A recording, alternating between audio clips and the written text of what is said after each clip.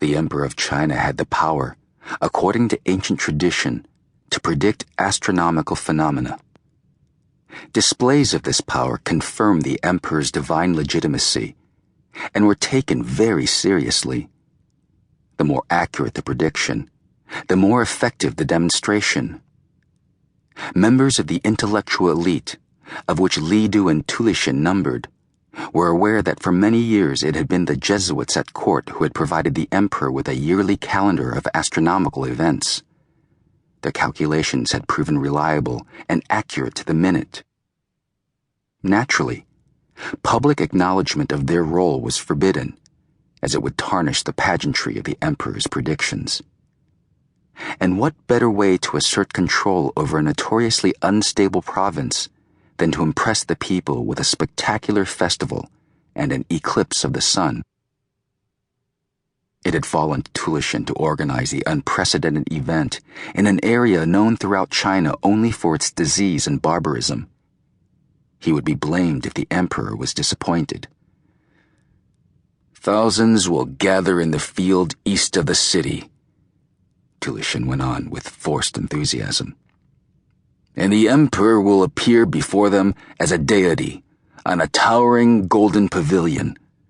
The foreigners and uncivilized people of this province will know the emperor's power. They will not forget." "I saw one of the foreigners at your gate earlier today. A merchant." Tulishin shifted his shoulders uncomfortably. "He is the most recent arrival. The first one came 3 days ago, an old man as bleached as a dead tree on the plains. One of the religious men in black robes, but he did not come from Beijing. He says he lives in India. That is not all he says. The man does not stop talking. Obviously, he does not know the more words spoken, the more mistakes made. And that is not the extent of his foolishness. He journeyed here with Kampa traders. I am surprised that they did not rob and murder him and his friend." "His friend?" "A performer who has come for the festival. A storyteller from Arabia." Tulishin brightened a little.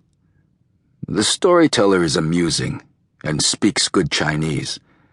I have hired him to perform here tonight." For a moment, Tulishin was lost in thought. Then he recalled himself and continued. "There's another one in black robes, but he arrived alone. A young man, unimpressive. He speaks Chinese like an imbecile, and he has a weak stomach. He has not left his room at the inn since he arrived.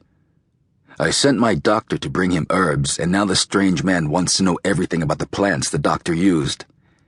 He has a fascination for plants, he says. Did you encounter these religious men in Beijing?" "The Jesuits," Li Du said. "I was tutored by one." Tulishin's expression wavered. This was an unwelcome reminder of Li Du's academic superiority. But Tulishin had not become magistrate by ignoring opportunities to use the knowledge of others. "Did you learn to speak their language?" "Most of the ones I met in Beijing spoke good Chinese. But yes, I learned their Latin." "Tell me about them." "What is it you want to know?" Tulishin was irritated. "I never wasted my time with foreigners in the capital. I am not interested in distant places that do not affect us. But now they are here, and I am responsible for them. Tell me something useful." Li Du considered. He had not thought of the Jesuits in years. "To me," he said, "the Jesuits always seemed more scholars than holy men. They spend their time studying our language and reading our books, instead of reviewing their own. As I recall, that is how they fell out of favor with their leaders, even as they earned the emperor's respect."